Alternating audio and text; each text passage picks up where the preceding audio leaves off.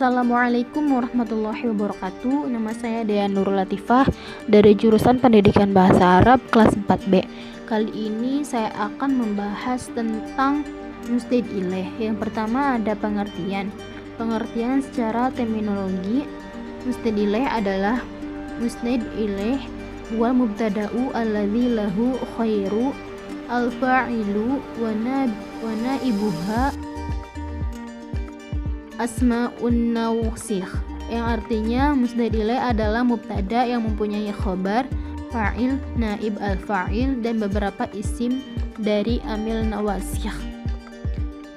Dalam pengertian lain, musnad ilaih adalah kata-kata yang dinisbatkan kepadanya suatu hukum, pekerjaan, dan keadaan. Yang selanjutnya ada keadaan musnad ilaih. Keberadaan musnad ilaih pada suatu kalimat tidak terlepas dari keadaan-keadaan yang terkait dengan penyebutan, pembuangan, penakhiran, pengkhususan, didahulukan, dan diakhirkan. Yang pertama ada penyebutan musnad ilaih. Alasan musnad ilaih pada suatu kalimat selalu disebutkan atau tidak dibuang, karena dia merupakan unsur terpenting agar tidak menimbulkan salah paham. Tujuan dari penyebutan musnad ilaih adalah yang pertama, menambah kejelasan dan memantapkan si pendengar. Yang kedua, lemahnya pemahaman si pendengar. Yang ketiga, merasa senang atau menyukai. Yang keempat, menghina. Yang kelima, penghormatan. Yang keenam, kagum. Yang ketujuh, memanjangkan perkataan. Yang selanjutnya ada pembuangan musnad ilaih.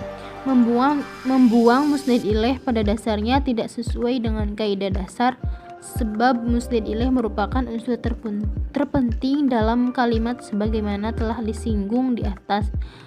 Namun hal ini bisa terjadi dengan tujuan tertentu yang tentunya tidak terlepas dari rahasia balaghah.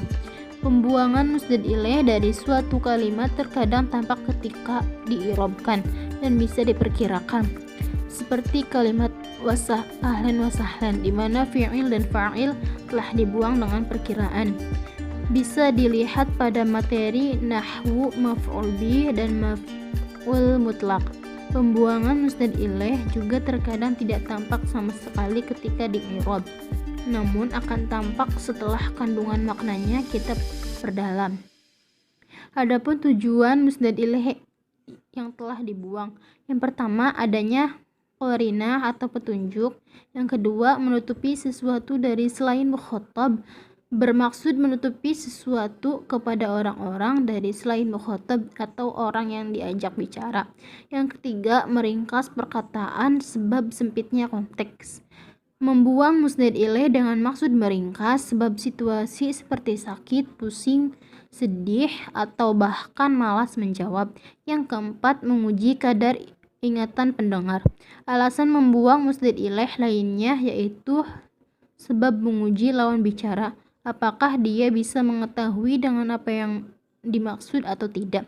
Yang kelima, musnad ilaih sudah jelas diketahui hakikatnya. Yang keenam, sebab takut. Musnad ilaih dibuang sebab alasan takut apabila disebutkan. Yang ketujuh, mengikuti kebiasaan orang Arab membuangnya. Adapun mema'rifatkan musnad ilaih, pada dasarnya musnad ilaih harus ma'rifat atau khusus, sebab dia berstatus sebagai mahkum alaih, orang yang dihukumi, yang tentunya harus jelas dan diketahui agar menjadi pengertian yang baik. Banyak cara untuk mema'rifatkan musnad ilaih, seperti mengungkapkan dengan isim alam, dhamir, isim mausul, menambahkan huruf alif lam, idhofat, dan nida. Semua itu tentunya memiliki tujuan yang berbeda.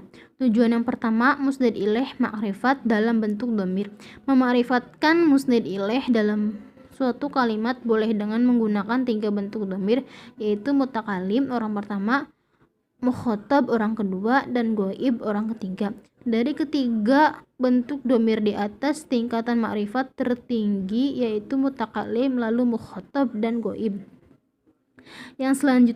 Tujuan yang selanjutnya adalah musnad ilaih makrifat dalam bentuk isim alam atau alamiah. Adapun tujuannya ihdar at-tabarruk Yang ketiga, al-mad fil aldab, pujian atas laqab julukan seseorang. Telah datang si pemberani atau telah datang Nasr. Yang keempat, al-ihanah, menghinakan. Yang kelima, optimisme, kegembiraan telah datang. Yang keenam, pesimisme, seperti perkataan al-baladi fi ihram. Yang ketujuh, at-taladzuz, merasa enak mengucapkannya. Yang kedelapan, kinayah, sindiran terhadap kebaikan atau keburukan seseorang. Yang selanjutnya, musnad ilaih makrifat dalam bentuk isim mausul. Isim mausul merupakan isim yang berfungsi memperjelas dan menjadikan ma'rifat suatu kalimat. Yang selanjutnya ada musnad ilaih makrifat berupa isim isyarah. Pada dasarnya isim isyarah berfungsi memperjelas keadaan musyarilah, sesuatu yang diisyaratkan, baik dekat, sedang, jauh. Baik berada di hadapan, dapat dirasakan, dapat dilihat dengan indera maupun tidak.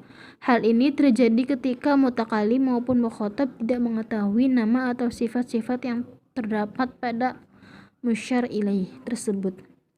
Yang selanjutnya ada mendahulukan atau mendahulukan dan mengakhirkan musnad ilaih. Yang pertama ada mendahulukan musnad ilaih.